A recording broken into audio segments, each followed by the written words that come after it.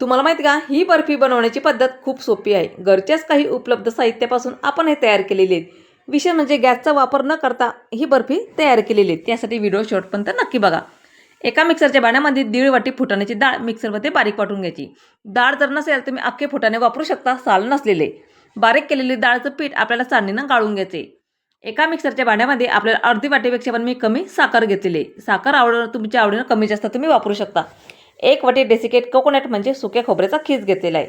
वेलची घेतली आणि मिक्सरला बारीक असं फिरवून घ्यायचे. खूप छान असे बाइंडिंग येते आपल्या मिश्रणाला. आता केलेलं मिश्रण डाळीच्या पिठामध्ये घालून घ्यायचे. 2 चमचे मिल्क पावडर इथं वापरलेले आहे. तुमच्याकडे नसेल तुम्ही नाही वापरले तरी काहीच प्रॉब्लेम नाही. त्यामध्ये आपल्याला पीठ मळण्यासाठी उंदाचा वापर करायचा आहे. गरम करून थंड झालेलं नॉर्मल दूध आहे. जसं लागेल तसं थोडं थोडं दूध त्यामध्ये आपल्याला घालून घ्यायचं आणि एक घट्टसं उंडा आपल्याला हा मळून घ्यायचा आहे. आपला उंडा हा चांगला मळून झालेला आहे. त्यात थोडंसं आपल्याला 1 चमचा साजूक तूप इथं वापरायचे. फक्त 1च चमचा इथं मी वापरलेले आहे. केलेल्या मिश्रणाचे आपले लांबसर 2 असे रोल तयार करून घ्यायचे. एक जर कधी केला तर खूपच मोठा होईल म्हणून मी 2 रोल तयार केलेले आहेत.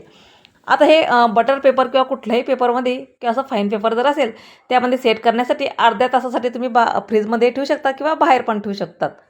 आता रक्षाबंधनसाठी अशी महागडी बाहेरून मिठाई किंवा पेढे आणण्यापेक्षा घरी केलेली कधीही चांगले आणि तुम्हाला विश्वास बसणार नाही कोणाला, हे आपण घरी तयार केलेली आहेत.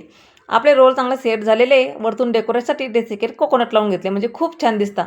तुम्ही या मिश्रणाची बर्फी पण तयार करू शकता किंवा लाडू आवडत असेल तर मी लाडूही करू शकतात. पुन्हा त्यावर आपल्याला डेसिकेट कोकोनट लावून घ्यायचं. खूप छान दिसतात ते लाडूही. तर लाडूची पण रेसिपी मी तुमच्यासोबत शेअर केली होती, पण आज आपण मी बर्फीची रेसिपी शेअर करत आहे.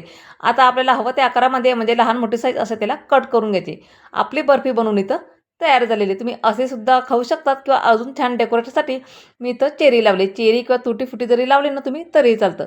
आपली बर्फी इथं बनवून तयार झाली. रक्षाबंधनसाठी एकदा हे बर्फी नक्कीच ट्राय करा आणि व्हिडिओ आवडला असेल तर जास्तीत जास्त शेअर करा. चला तर मग भेटू पुढच्या व्हिडिओमध्ये. तोपर्यंत बाय.